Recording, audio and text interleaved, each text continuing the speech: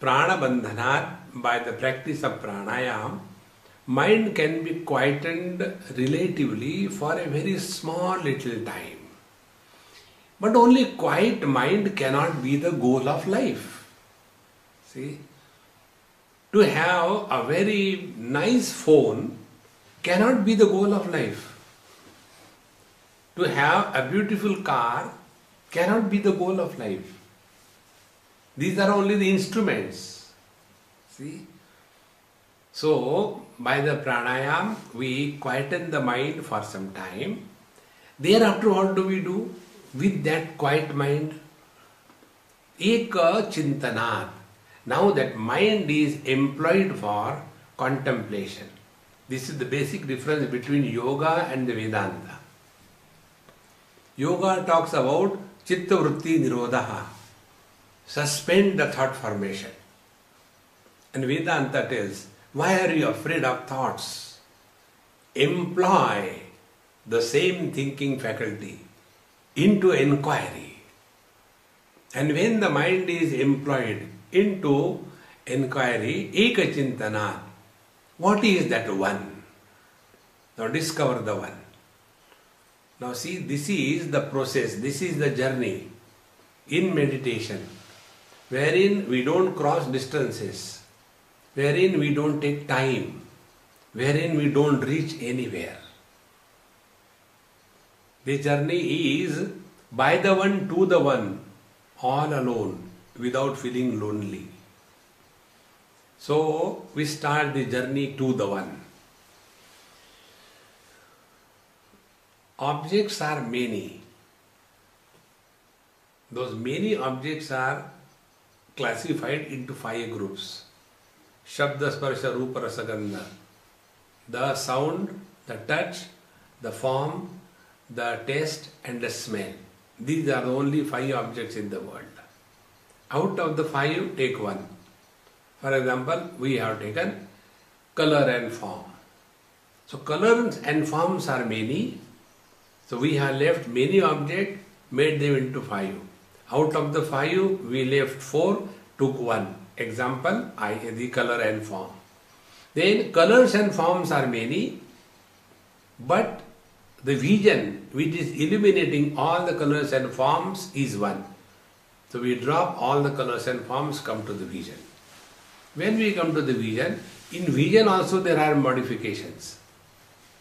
We are able to see properly, we are not able to see properly, we are able to see vaguely.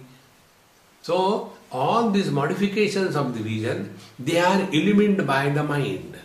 So the mind is one behind all the modifications of the sense organs. Then mind also has got many thoughts. So those many thoughts are illumined by one consciousness. Thus, eko drashtasi sarvasya. This one conscious reality is the illuminating factor of everything in this world. Be attentive. Like, if there are no colors and forms, there is no loss to the vision. If the eyes are closed, there is no loss to the mind. If the mind is enfolded, there is no loss to the consciousness.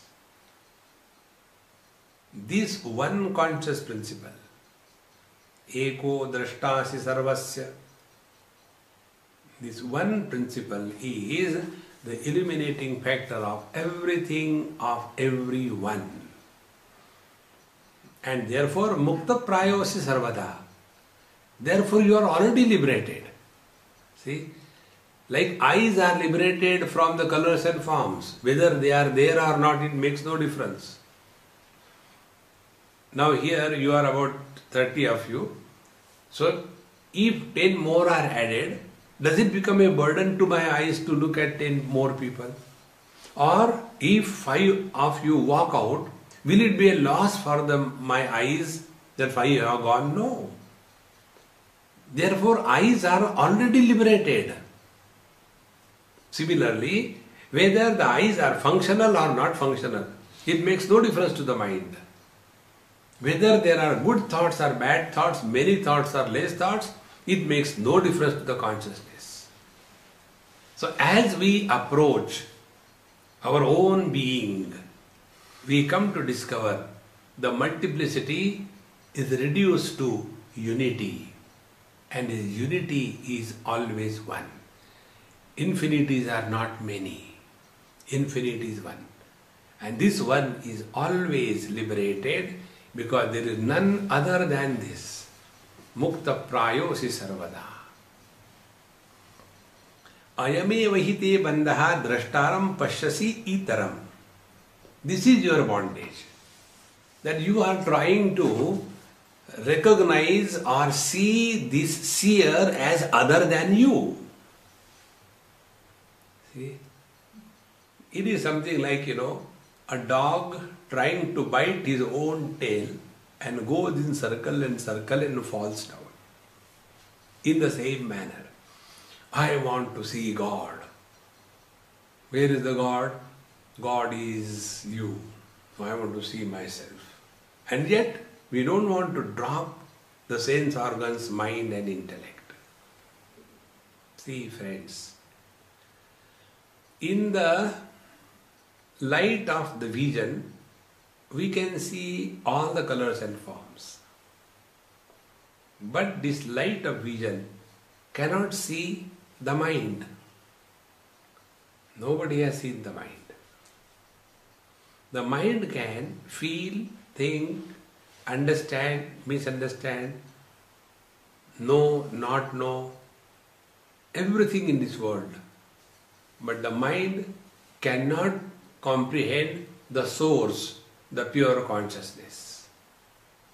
It is something, the light of this bulb can see everything, but the light cannot see how the electrical energy is like. In the same manner, when we drop this notion that what we have learnt is objective understanding, no. What is being said is our own being. This is our bondage, that we want something. I want God realization. I want self-realization. What next?